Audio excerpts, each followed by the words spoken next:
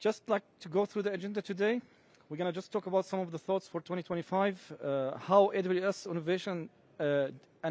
innovate and differentiate from other cloud providers, and how cloud infrastructure with AWS are fit for every single workload that you run. Great. So let's talk about what's happening these days and the rapid changing that we have in the industry. And when we talk about the top priorities for 2025, let's talk about it from our customers, the cloud infrastructure, and what is important for the cloud infrastructure that we provide. The first thing that everyone talks about firstly, which is security. Security is always the top priority for our customers. We need to make sure that we implement security controls and compliances at every layer of our infrastructure where we run our workload. The second thing, cost optimization. We need to make sure that we maximize the value of our technology investments. And thirdly, speed to go to market and time to value. This used to be an advantage for companies. These days, it's a must. We need to always have that rapid innovations to go to market. And then fourth is the productivity for my developers and my IT staff, right? I need to maximize the efforts that they do. I need to be able to allow them more space to build, remove the heavy lifting from them, so they can able to build and innovate in a faster pace. And lastly, the continuous innovations. And here we need to allow customers to make sure to keep the innovation happening in today's rapid changing and how everyone is adopting cloud services, and we can see everything that is happening in the GenAI space. If you're not innovating fast and you're standing still, that means that you're falling behind. So it's a lot of things to think about these days, and we're going to dive deep into these aspects. And when we talk about it from an innovation perspective, cloud computing these days allow customers to turn their groundbreaking ideas into actually market-changing realities. So whatever you can think of these days, you can actually implement it and launch it and provide it for your customers. And this is what AWS Cloud Infrastructure help you to do. And there's a lot of industry examples that we can talk about for success stories that we have with our customers. And you can see the customer's name here. You're familiar with a lot of them. Merck, it's a company that revolutionized the design of the drug design. They used biological foundation models that runs in AWS, and they used generative AI services to extract text from medical records, for example, and they use text-to-SQL, what they call it, using our GenAI services. So that allowed them to optimize performance, generate more insights using our services. Audi, one of the leading automotive companies, they also use our services to optimize their infrastructure. And they're running their online car configuration, which allowed customers and dealers to configure the cars up to what they need. And then Capital One, a financial service, and it allowed AWS infrastructure allowed them to automate a lot of their application deployment, and that allowed them to innovate faster. And lastly, Nasdaq, they actually migrated their core trading system from most of their North America businesses into AWS Cloud, and that allowed them to even innovate more into the industry and provide more features to their customers, and they can see a lot of improvement using our cloud infrastructure. Cool. So let's talk about how AWS differentiate from other cloud providers. And when we talk about it, there's three main aspects when we talk about innovation with AWS. The first thing that we need to talk about is everything that we do with AWS is built on foundational excellence. And here we talk about different things. We talk about security. We talk about we need to have the high availability, reliability, and be able to scale. The second thing, we need to maximize the effort that we have and the technology investment to get the best performance, and this is what AWS provide you. And the last thing, which is, and everyone knows here, like how large our global network is from a region and availability zones. We even bring cloud infrastructure to your edge locations. You can host things in your data centers, and we're going to also talk about it. So we have the most extensive infrastructure globally to run your workload anywhere. Great. So let's dive into the first one, foundation and excellence. And let's talk about the first topic there, which is security. And security, and I've been with Amazon for 12 years, is the most important thing that we talk about in this company. Everything starts from security, and it's our top priority. And when it comes to security, customers want to implement security at all the levels, from an application, from data encryption, from all these aspects. And there's also the data center security. So we need to follow a lot of compliances as well. So security is our top priority. Great. So let's talk more about the innovation that we did in the infrastructure itself. Let's talk about how we virtualized our virtual machines. So for 10 years now, we were changing things in our infrastructure, like the back end, where we start separating what customer runs from a virtualized perspective. So we separate the compute, the memory, the storage that the customers use to run their code from what we need to run our infrastructure. So it's two separate things. And this is what the Nitro system came up with. So the code itself runs in the CPU hosted on this hardware. And then we have everything separated from the customer workload. So if we had the most privileged admin in AWS, they don't have access to the customer data or workload. It's two separate things. And what some of the things that we do with the Nitro systems, I hope you're all familiar with the name Nitro systems. It's what we build virtualization in AWS. And with Nitro systems, we encrypt everything there. Everything that the customer runs there is encrypted. The communication between our Nitro system hardware is all also encrypted, so no one have access to anything. We also have live updates in the Nitro system, so we can have a global rollout for changes in the hardware without any downtime. We have capabilities to be able to roll back if something happened. There's a lot of things that we can do. The customers don't even know that it's happening in the background. With no access to your workload, everything is encrypted, everything is secured. But not just there. When we talk about hardware virtualization itself and how we separate the customer workload from what we run on the hardware, we also need to think about it from a networking perspective. So, for example, you know what is a VPC is. You run your virtual machines inside the VPC, which is your virtual private cloud. And a VPC is that isolated IP range. And there's two different things that we can talk about here. VPC encryption. With the Nitro system, all the communication between the EC2 instances based on Nitro system, all the communication are encrypted. Not just encrypted, it's also atomized, meaning that if someone have access to the cables and start tapping what's running on these cables, they will have encrypted traffic and they will not even know whose traffic this for whose. So even the traffic itself, we don't know who belongs to. And that means that we also encrypt our own software-defined network packets. So everything is encrypted. Even if you have access to it, you don't know what to do with it. That's one thing. But the Nitro system, like I mentioned, we've been revolutionizing that virtualization for 10 years now. Before that, we had the older legacy hardware. So to make sure that if the customer running workload on the new hardware and the old hardware, we also need to encrypt that. And this is when we come with backbone encryption.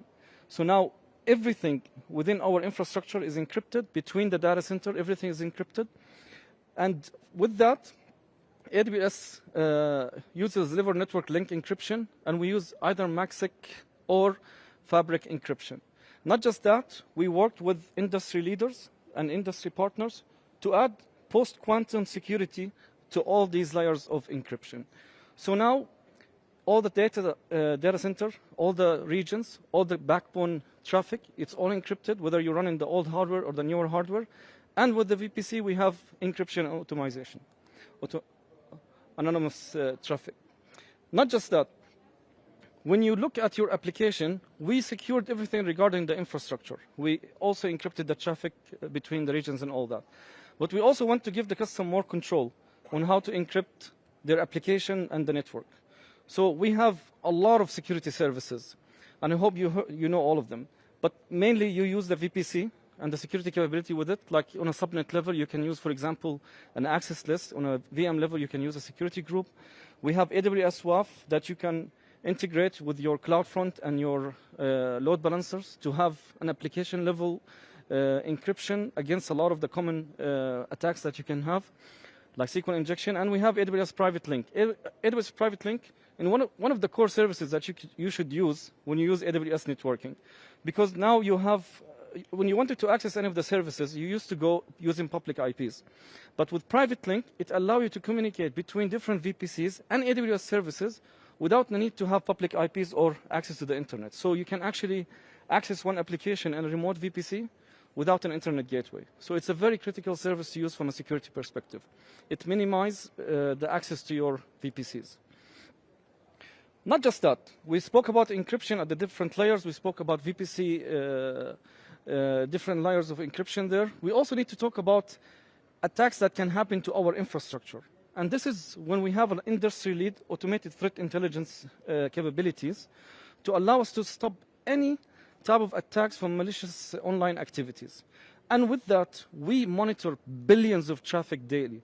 And from these billions of networks packets that we monitor in a daily perspective, we can identify 100 million daily interaction that can be a potential threat using our automated threat intelligence.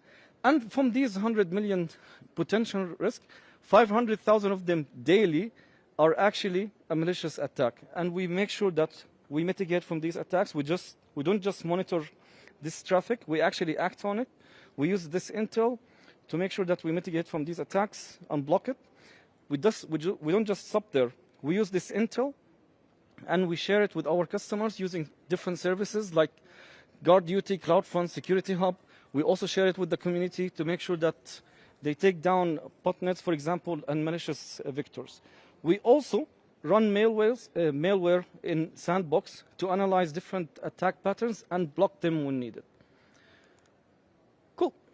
So security is very important, but also our customers want to be able to run their workloads in a highly available, reliable, and scalable infrastructure. And with that, like I mentioned, we have the biggest global infrastructure for a cloud provider. We have regions, local zones, availability zones, and if we just want to look at it from numbers perspective, we need to update this slide, by the way, every single time we do this presentation, because these numbers always change. So even when I did this presentation, I had to update this. So now, when you look at the numbers, you can see that we have 37 regions, and all the type of services that we have at edge and also as a global infrastructure.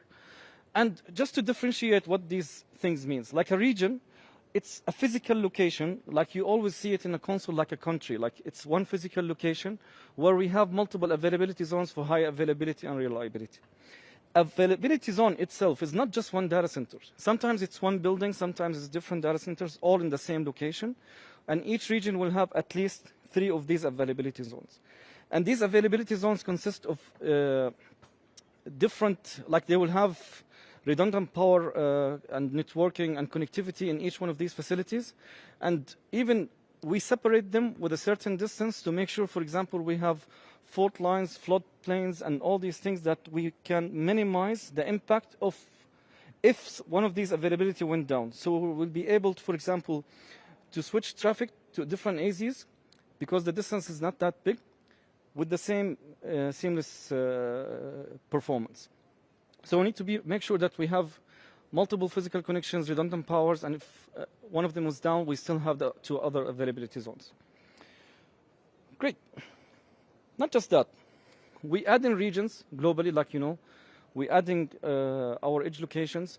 We're also adding more fiber and more connectivity between these regions.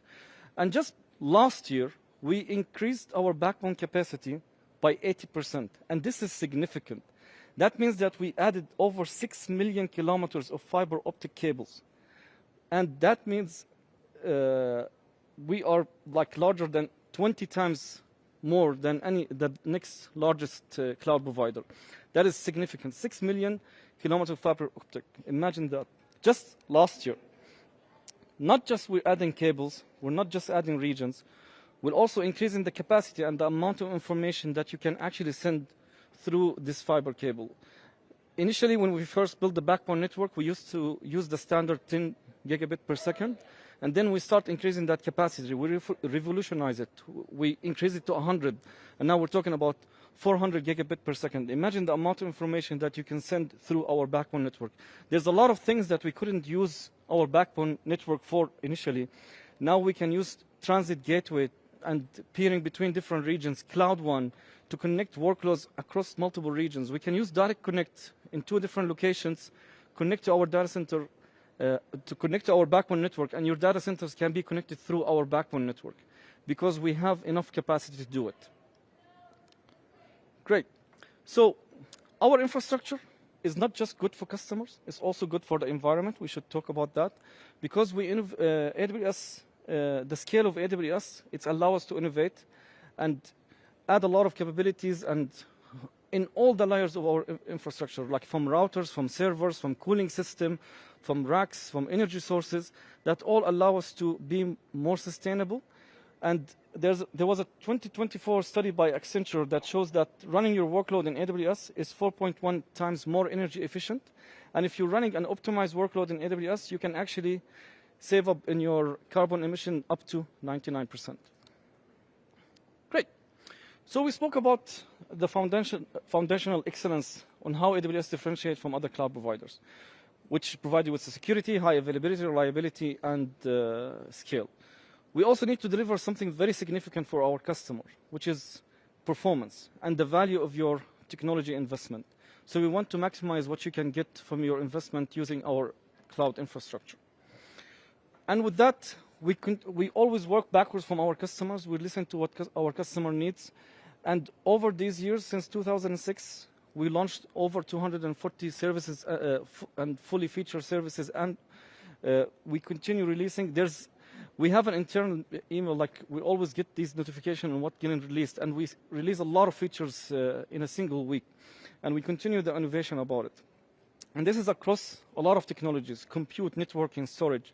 And also we were the pioneer with the serverless technologies. And we run a lot of our services using serverless infrastructure. We removed that overhead of managing the infrastructure from you so you can focus more on your development. It's very significant. And with that, this means that you can choose different compute paths to run your workload. We can use EC2 compute, where you have a full control over the OS and the runtime. You can run any workload on this virtualized virtual machine.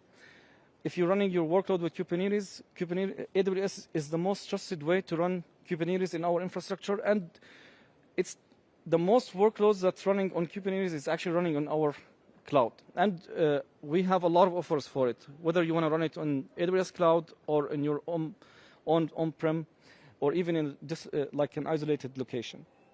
And we're going to talk about it a little bit now. We also have our serverless solutions. You can have Lambda. You can build functions with Lambda. There's a lot of automations that uses Lambda. A lot of things that can you action it using Lambda also. And you don't need to manage the infrastructure there. And you can start seeing a lot of our services run actually in a serverless environment. And we didn't just stop on launching new services and features for our customers. We did the same thing with our compute offering. When you look at our instance families and types, we have over 850 types of instances and families that you can use to run your workload. But you can think, like, why do you need 850 instances? Like, it's a lot, right? Even for me, when I think about it, it's a lot. But why we did that? Because every business and workload is unique. And we want you to choose the right instance type and family to run your workload, to make the best investment out of it and have the best price performance for your workload. We always tell customers, test different type of instances to make sure that you run it in the right instance type. Which brings me to the other point. When we run our workload in AWS using EC2, we have managed services, for example. We have different workloads running on EC2. And just for databases and analytic workloads, we have the biggest storage instances. Also, if you're running HPC or AI/ML workload, we also have accelerated instances with faster networking performance. We have, for in-memory, for example, applications, we offer the biggest memory footprint to support this low latency sensitive workloads. So there's an instance that fits for every workload that you run. And this success story couldn't be there if we didn't work with our technology partners to bring you the latest technologies. Because now, if you run your workload in AWS, you can choose between Intel, AMD, Apple, and NVIDIA. And we were the first cloud providers to provide you with Intel, AMD, and NVIDIA chips. And we were the first and only major cloud provider to provide Mac-based instances. And working with these partners and running the latest technologies from them allowed you to have the choice between the different performance and the different type of instance families and types. But we also didn't stop there, because in 2018, we wanted to provide more options for our customers. So we decided to come up with our own silicon chip. So we came up with Graviton. And Graviton is a family of processors, and which we have around 200 Graviton instance family and types now. It's the best price performance instance that you can run your workload in AWS Cloud.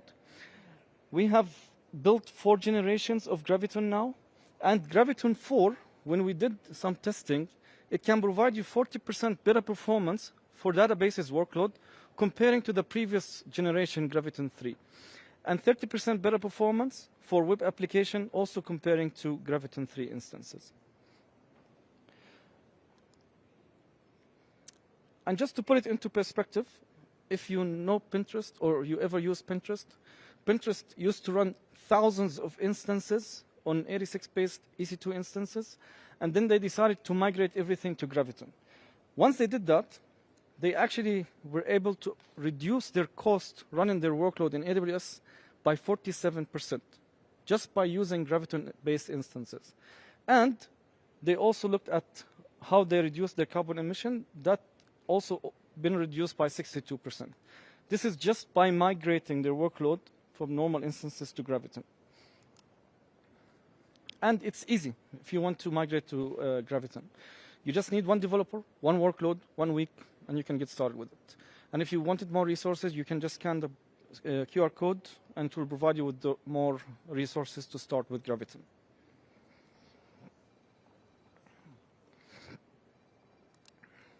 Great. So we didn't stop on normal workloads and what we are used to.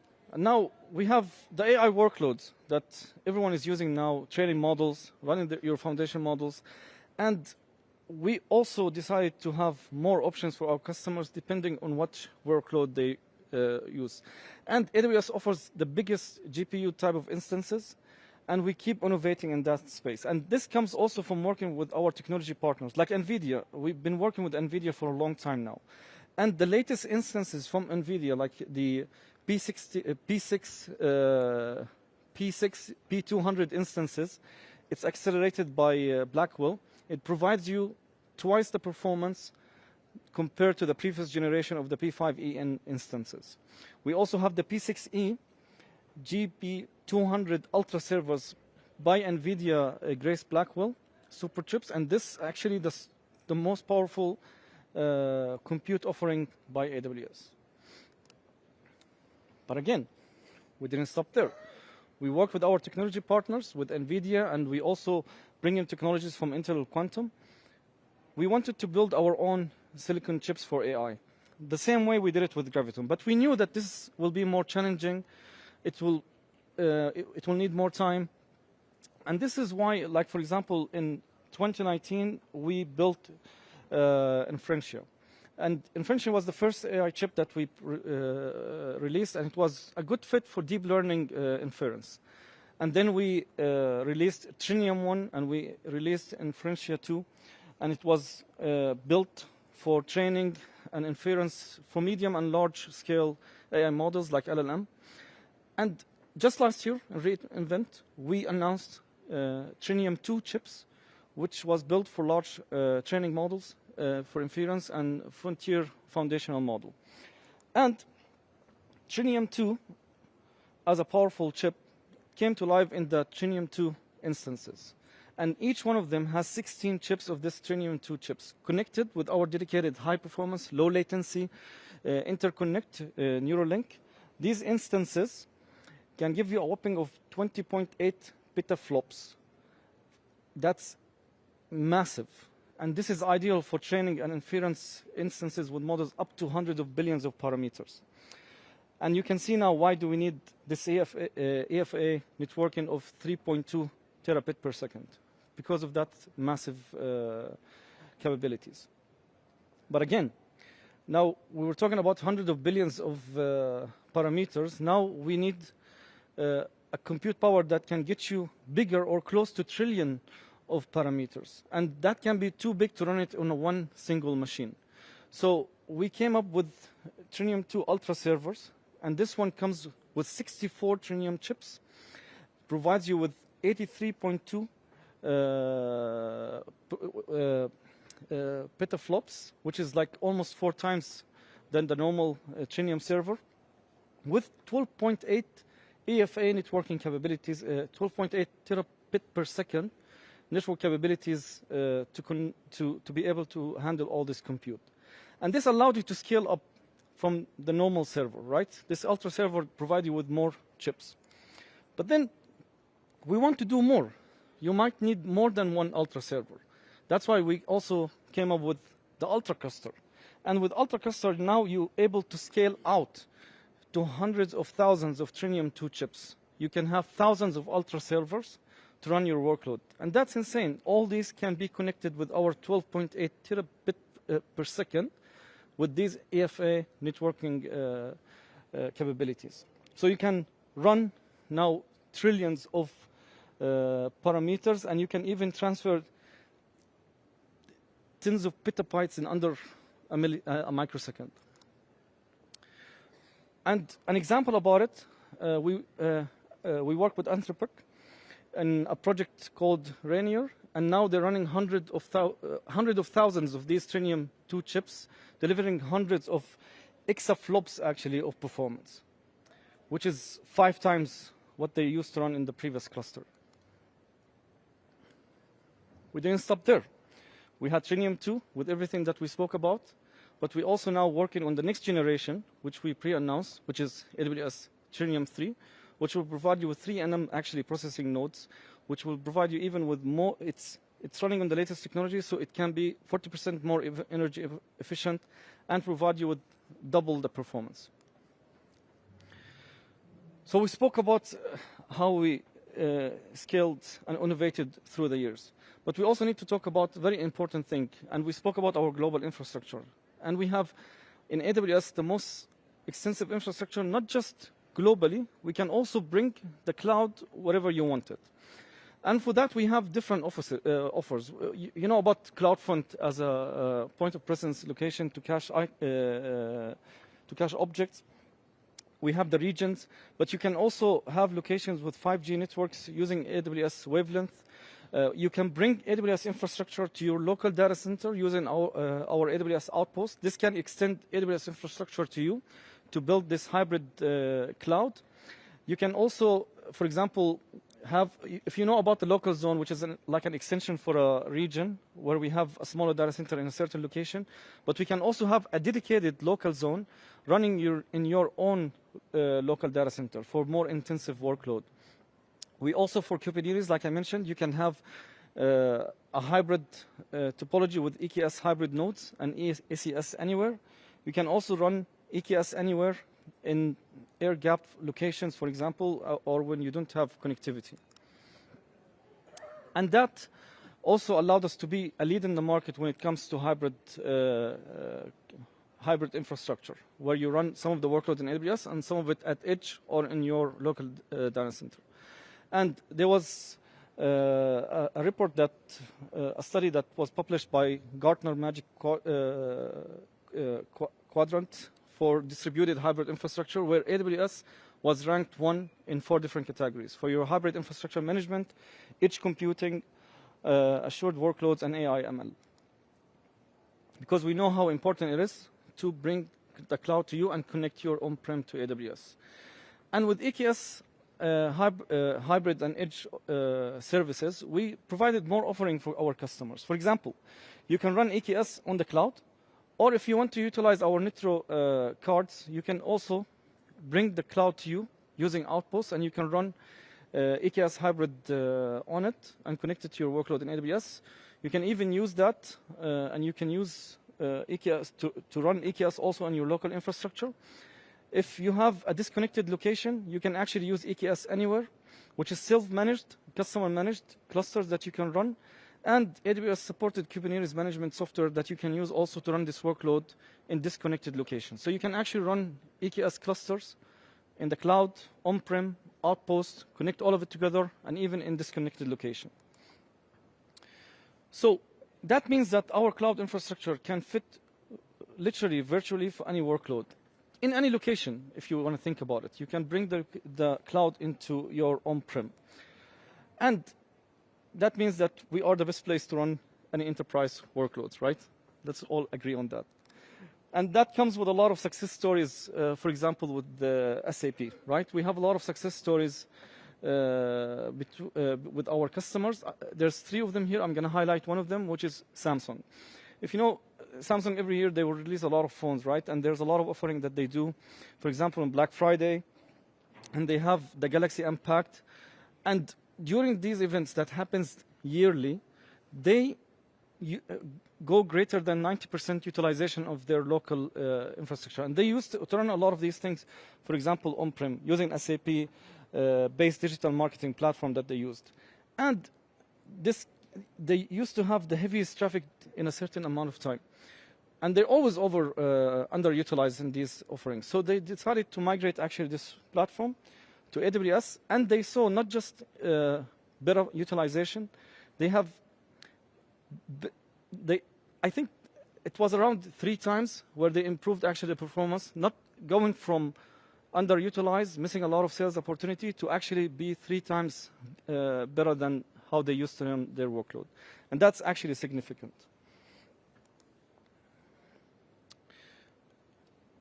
Another company, Gilead, if you heard about it, it's a leading global biopharmaceutical company.